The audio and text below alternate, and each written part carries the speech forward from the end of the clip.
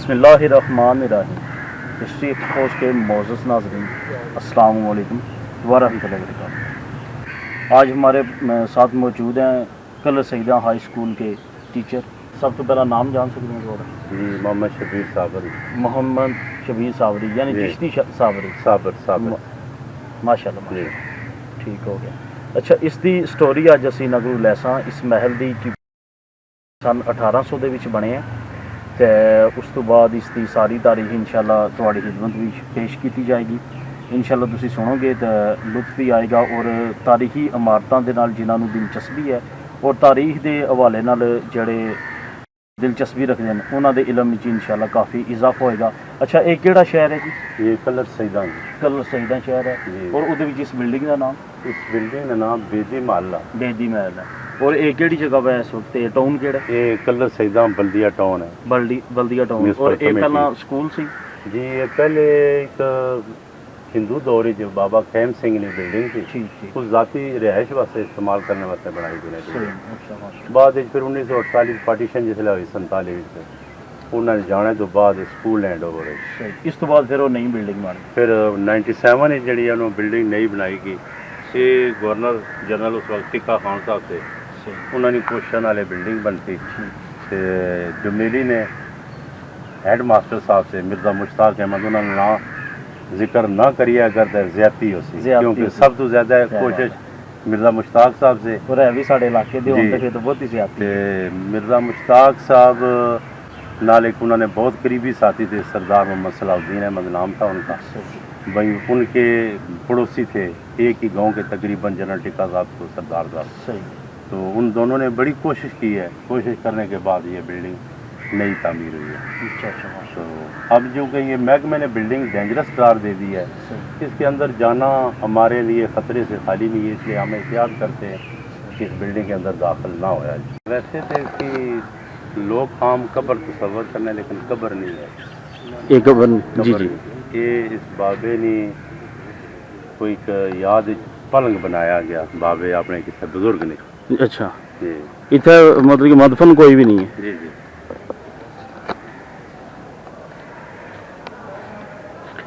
अच्छा, ये कब्र कितनी पुरानी है?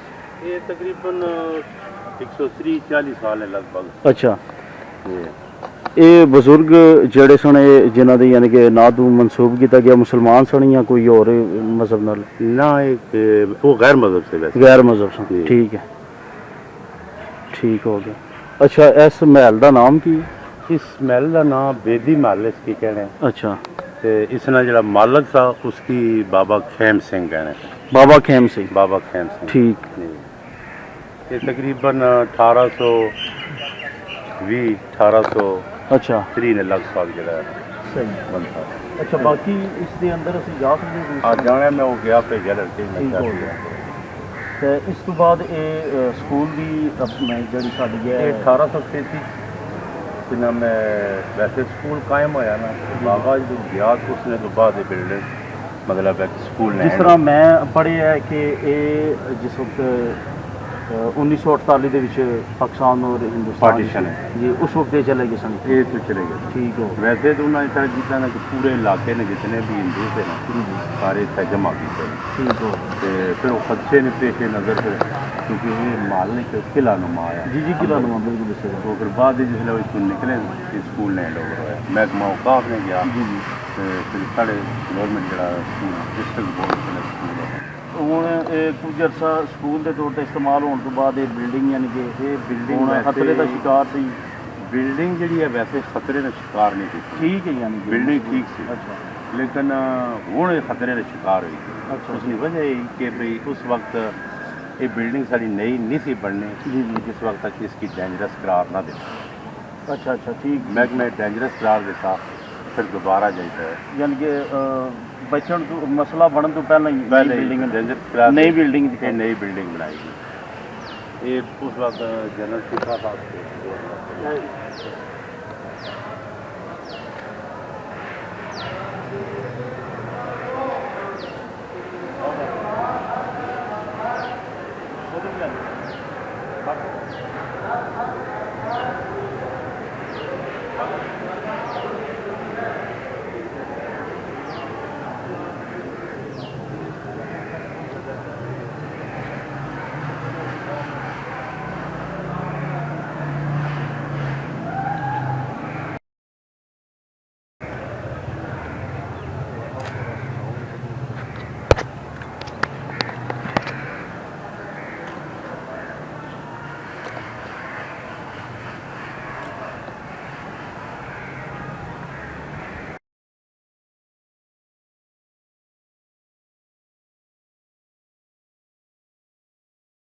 जी मास्टर जनरल टिक्का साहब की गल हो रही ये जनरल टिक्का साहब जो है ना उसका गवर्नर पंजाब से है टिक्का साहब मुसलमान से मुसलमान है साढ़े मैं बिल्कुल करीब जो जोशा 48 तो बाद नहीं 48 नहीं 97 ही थे अच्छा अच्छा ठीक ठीक बेल ईद भुट्टो जी हुकूमत है ना उस दौरान पंजाब में गवर्नर बनते ना तो फिर वो बिल्डिंग उन्होंने सैंक्शन करवाई अच्छा अच्छा तो उन्होंने बेटा का मिलिट्री फैक्ट्री सही तरह खालद मिस हो गए ठीक ठीक ਤੇ ਫਿਰ ਉਸ ਇਹਨਾਂ ਦੋ ਬਾਪ ਬੇਟੇ ਦੀ ਕੋਸ਼ਿਸ਼ ਨਾਲ ਇਹ ਬਿਲਡਿੰਗ ਡੇਂਜਰਸ ਹੋਈ ਉਹ ਨਈ ਬਿਲਡਿੰਗ ਬਣੀ ਠੀਕ ਹੋ ਗਿਆ ਉਹਨਾਂ ਦੀ ਕਾਬਿਸ਼ ਹੈ ਜਿਹੜਾ ਨया ਸਕੂਲ ਇਸ ਵਕਤ ਜਿੱਥੇ ਬੱਚੇ ਪੜ੍ਹ ਰਹੇ ਬਿਲਕੁਲ ਇਹ ਬਲਕਿ ਤੁਸਾਂ ਨੇ ਉਸ ਵਕਤ ਪੜੋਸ ਵਿੱਚ ਡੁਮੇਲੀ ਜੀ ਜੀ ਜੀ ਜੀ ਜਿਹੜਾ ਸ਼ਹਿਰ ਹੈ ਨਾ ਡੁਮੇਲੀ ਨਾ ਹੈਡ ਮਾਸਟਰ ਸਾਹਿਬ ਨੇ ਮਿਰਜ਼ਾ ਮੁਸ਼ਤਾਕ ਹੈ ठीक हो गया तो उस वक्त यानी 16 साल तकरीबन वो इतना रहे तो इस बिल्डिंग बनाने में उन्होंने बहुत बड़ा किरदार अच्छा अच्छा बड़ी कोशिश ठीक हो गया वैसे तो जी है ना ये एरिया साढ़ा पीछे स्तब्बल से अच्छा घोड़े ने स्तब्बल बनते थे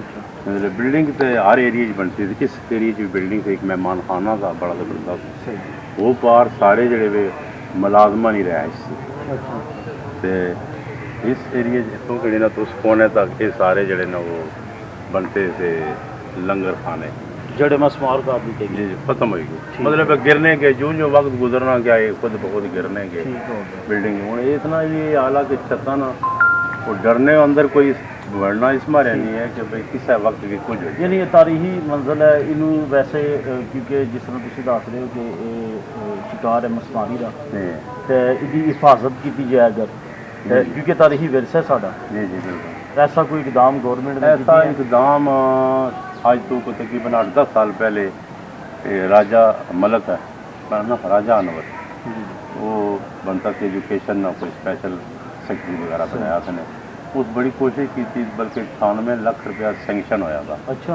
इसकी रिपेयरिंग वास्ते ठीक ठीक लेकिन बाद जो उस वक्त एक सिंह तमीरात ना जो सेक्रेटरी सी ना कामरान लाशारी अच्छा वो मुकम्मल तौर पर विजिट खुद की थी उस पर रिपोर्ट जी दी है कि अगर इसने 1 करोड़ रुपया लाया जाए तो मकसद है ज़ाया होने की सही मतलब पैसा लगी जाती लेकिन ये चीज़ जी करामत नहीं हो रही फिर वो बाकायदा है मुताबिक हाँ वार्निंग बोर्ड लाया गया नो एंट्री वाला कि भाई किसी वक्त भी कोई भी हादसा हो सकता ठीक क्योंकि लकड़ ना इस्तेमाल ज़्यादा है ना ऊपर मिट्टी जी है वो भी मणा मोह ही है 2-2 2.5 फुट मतलब जी जी बिल्कुल इसी तरह पुरानी इमारतां देखियां ते ए भी मेरे हाल चोई मिट्टी नजर आ रही जी है मिट्टी है ठीक हो इस दरवाजे ने पीछे ऐसा फटे जिसे लगे लेंगे काफ़ी चीज़ें ज़ाया हुई गई तो इसलिए हमारे बाद कमरे तो ऐसे हुए ना कि इस वक्त भी मेरा ख्याल आज परसों नहीं बारिश हुई तो पर पानी खड़ा है वह नहर है कश्ती चली सके ये पोजिशन तो मुकामी जड़े बंदे भी वो खास उस तरह नहीं मतलब तवज्जो असल जो वहाँ के मरकज़ शह होनी ना उस इलाके ने लोग कोशिश करने जी जी बिल्कुल कि भाई इसकी जनाब महफूज किया जाए लेकिन इतना शहर है कि लोग ज़्यादा कोई सज्जे हों को खब्बे हों को दाएँ बाएँ को जो आया जिसने वजह से लोगों की खातर खा दिलचस्पी कोई नहीं जिसने वजह से दिन ब दिन जरा ना मखदूशी ने शिकारी होनी अच्छा बिल्डिंग की तामीर की तारीख की है बिल्डिंग जी है गलबन